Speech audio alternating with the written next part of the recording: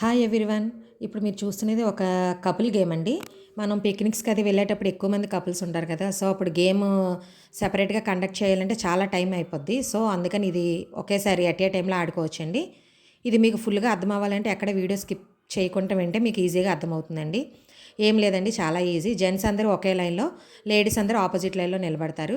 But couples ఇద్దరు స్ట్రైట్గా కాకుండా షఫిల్ చేసి నిలబడతామండి. మేబీ హస్బెండ్ ఫస్ట్ ప్లేస్లో ఉన్నారనుకోండి, వైఫ్ మిడిల్లో ఆర్ లాస్ట్లో ఎక్కడో దగ్గర అలా నిలబడతారండి. వన్స్ టైం స్టార్ట్ అయ్యాక ఒకటే పూలదండ ఇస్తామండి.